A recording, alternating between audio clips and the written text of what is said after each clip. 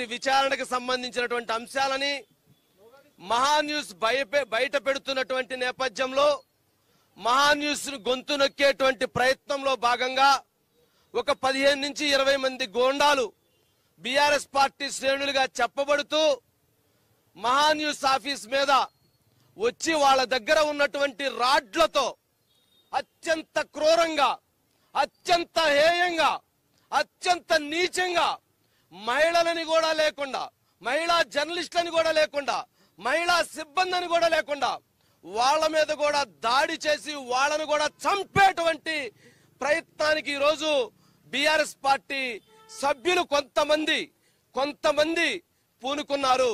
ఇది BRS party KCR గారి చర్య లేక ఈ చర్య కేటీఆర్ గారి చర్య ఎవరిది అనేటువంటిది ప్రజాస్వామ్యయుతంగా ప్రజలకు తెలియజేయాల్సినటువంటి బాధ్యత ఉంది. ఏంటండి ఇంతలావు రాడ్లు, ఇంతలావు కర్రల, ఇదే దాడి? ఒక్కసారి ఈ రాళ్లు గనక వాళ్ళు తీసుకొచ్చినటువంటి మారణాయుధాలతోటి ఎటువంటి దాడి జరిగిందనేటువంటిది చూస్తే ఒక్కసారి ఈ విజువల్ చూడండి.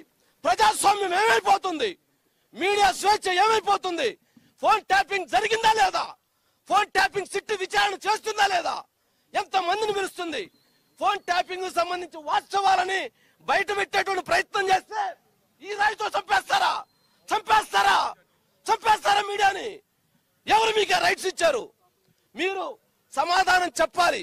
ఫోన్ ట్యాపింగ్ జరిగిందా లేదా, ఇళ్లలో ఉన్నటువంటి ఆడవాళ్ళ ఫోన్లు విన్నారా లేదా? ఇప్పటి వరకు గళాన్ని వినిపిస్తూ వచ్చాం.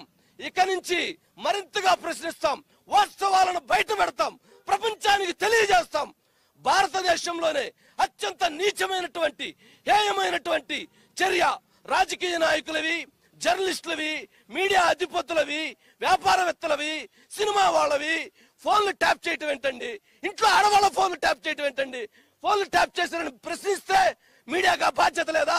ప్రశ్నిస్తే ఎలాగానా? ఇదే కార్లు ధ్వంసం చేయటం, ఈ రకంగానా? ఇదా ఏమైపోవాలి? ఖచ్చితంగా మరి దీనికి సంబంధించి ఆఫీసులో ఉన్నటువంటి పైన అద్దాలన్నీ పగలగొట్టారు, ఆఫీసులో ఉన్నటువంటి మహిళా సభ్యుల మీద దాడి చేశారు, ఆఫీసు లోపల కూడా ఆ విధంగా. ఒక్కసారి చూస్తే నిజంగా అసలు ఇది ఏం జరుగుతుంది, ఏం చెయ్యాలనుకున్నారు? భయపెట్టి ప్రజాస్వామ్యాన్ని నిలవరించాలనుకుంటున్నారా? భయపెట్టి మీడియా గొంతు నొక్కాలని ప్రయత్నం చేస్తున్నారా?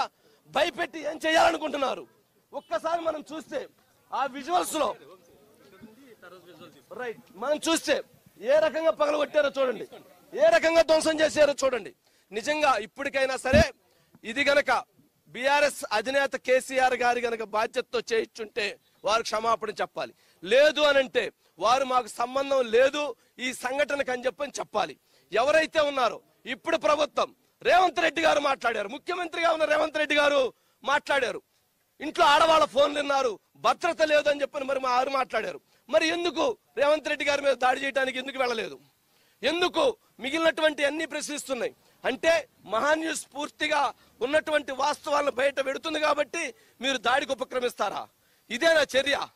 ఇదేనా న్యాయం? ఇదేనా ప్రజాస్వామ్యం?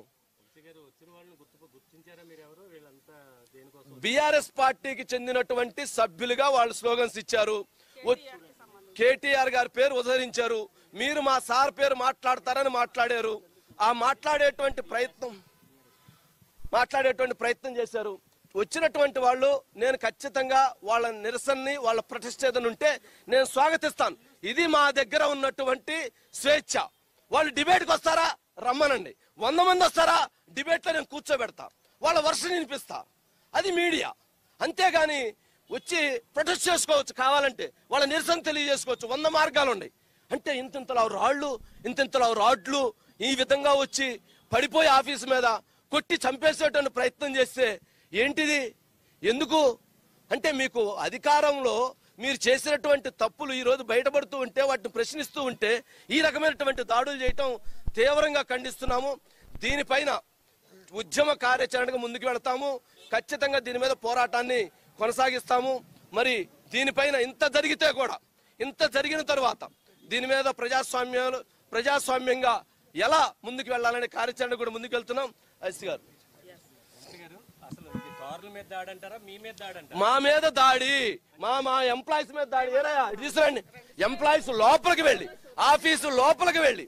ఆఫీసు లోపల డోర్లు పగలగొట్టుకొని, ఆఫీసు లోపల డోర్లు పగలగొట్టి పైకి వెళ్ళి పైన ధ్వంసం చేయటం ఏంటండి?